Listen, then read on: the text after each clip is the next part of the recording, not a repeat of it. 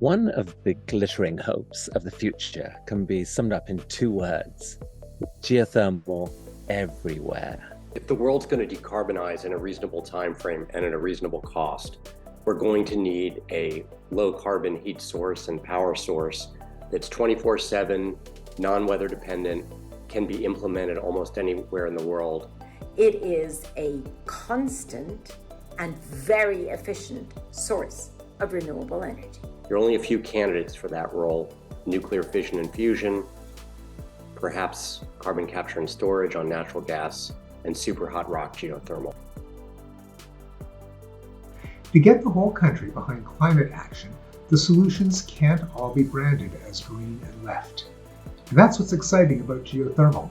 On top of its promise of abundant, reliable, clean energy, it's congenial to fossil fuel states and their vast infrastructure. Today, heroic individuals who've spent their entire careers working for the very industry that is blamed for the climate crisis are developing the technologies capable of delivering geothermal everywhere. The ground is shifting under every single one of those hurdles, pardon the pun. It seems like every single one of those hurdles is really loosening, and that is the thing that gives me hope. We all know that there's unlimited energy right under our feet, but it's been tantalizingly hard to access cost effectively.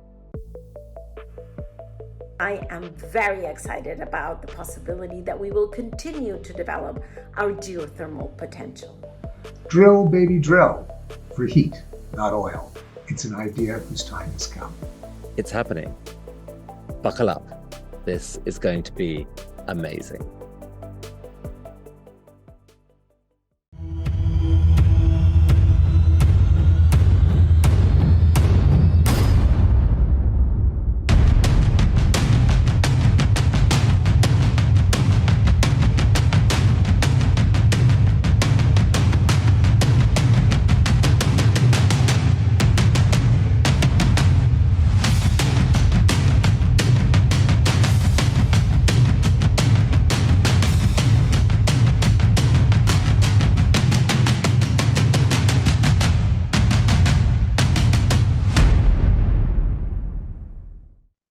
Hello, good morning, good afternoon, or good evening, depending on which part of the world you are in. I'm Jose Morales. I'm Energy Transition Project Manager at Nabors, and I'm here to kick off week number 3 of Pivot. During the past 2 weeks, I would say different topics have been touched and discussed, some related to policies, scalability, technologies, or financing perspectives around geothermal technologies. In the same line, specific projects, case studies, or examples have been presented, which have showcased both the challenges and opportunities that lie ahead. In combination, there are some factors that are similar regardless of the geography, and some other factors that are heavily impacting the projects themselves. At the end of the day, I would say that, as we usually hear, there is no single solution that fits all, and we, as energy advocates, we need to keep in mind an open mind towards the full value realization of geothermal. Having said that, there are some specific topics I want to emphasize today. When we talk about geothermal technologies, there are a couple of things to consider about them. So there are existing technologies, right? Those ones I'm referring to technologies that might have been developed for different purposes, maybe for conventional or unconventional oil and gas, maybe for deep water drilling. But now, we need to translate and apply those technologies to geothermal. Then we have the new technologies. Then these can have different levels of maturity. It can be proven or implemented, or maybe they are at a very early stage in their life. But at the end of the day, they all require a certain level of development. And then there are the adjacent technologies. These might not necessarily be related to geothermal developments, but instead they could be related to the power distribution, other sources of power generation, or the utilization of the energy. All these, of course, can also fall into the existing or new technologies. So now the challenge comes, which combination will be the one that becomes the standard going forward? And the answer, I would say, is precisely in the question itself. It will be a combination of these technologies and factors that will be applicable for each specific case, purpose, and objective, all driven by policies and regulations a little bit. But in no way should we expect that one solution will be applicable to all situations.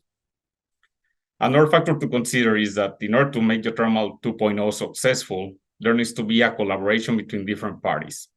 Some will bring the technology, some will bring the financing, and others will bring the backbone structure and the projects that will be requiring the geothermal services.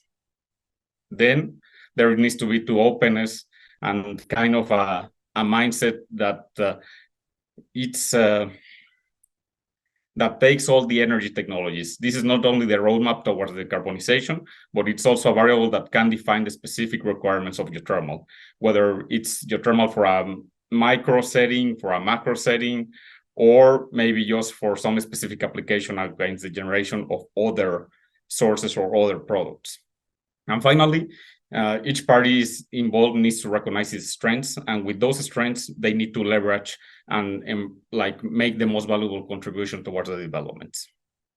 So, in line with the previous points, if I talk specifically about the oil and gas, it has been an industry that not only has been faced with technical challenges over time, and it has been also subject to cyclicality and has driven in a lot of rumors regarding the industry coming to an end.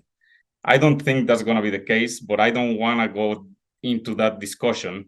But I would like to say that in this case, in the geothermal space, it can actually be the enable to fulfill the most challenging projects that we're facing. So with that in mind, multiple enterprises are changing the way they operate and the projects they pursue. As such, there is a transition not only in the energy mix that is expected in the future, but also a transition within companies to push their boundaries and diversify their offering. With these, solutions for the industry will come from within the industry. We don't expect anybody else to come and solve them for us. So, and then finally, the fourth factor is when somebody is challenging the status quo, when we hear those words, it is not as easy as it seems. I mean, if we take a look from the big picture for 50,000 feet above, the world needs more energy, but also has ambitions to get to net zero. I believe there are like 8 billion people today, and we're expecting to have 2 billion more in the planet in the next few decades. So then there have been a lot of pledges, a lot of regulations, objectives that have been put in place and that are not necessarily aligned or actually create a conflict between them. So we don't want to introduce trade-offs between technologies. We don't want to limit switching costs between new and traditional energy sources. But what we do need is a sustainable energy mix that is affordable, reliable, and responsible energy, and that takes every energy source out there. So balancing these objectives and technologies is the task of our lifetime, and we need to take it seriously.